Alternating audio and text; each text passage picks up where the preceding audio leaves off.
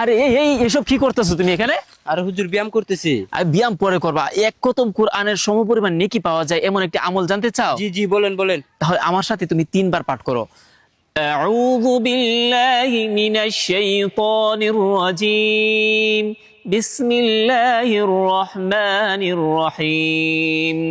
قل هو الله أحد الله الصمد لم يلد ولم يولد ولم يكن له كفوا أحد بسم الله الرحمن الرحيم قل هو الله أحد الله الصمد لم يلد ولم يولد ولم يكن له كفوا أحد بسم الله الرحمن الرحيم قل هو الله أحد الله الصمد لم يلد ولم يولد ولم يكن له كفوا أحد।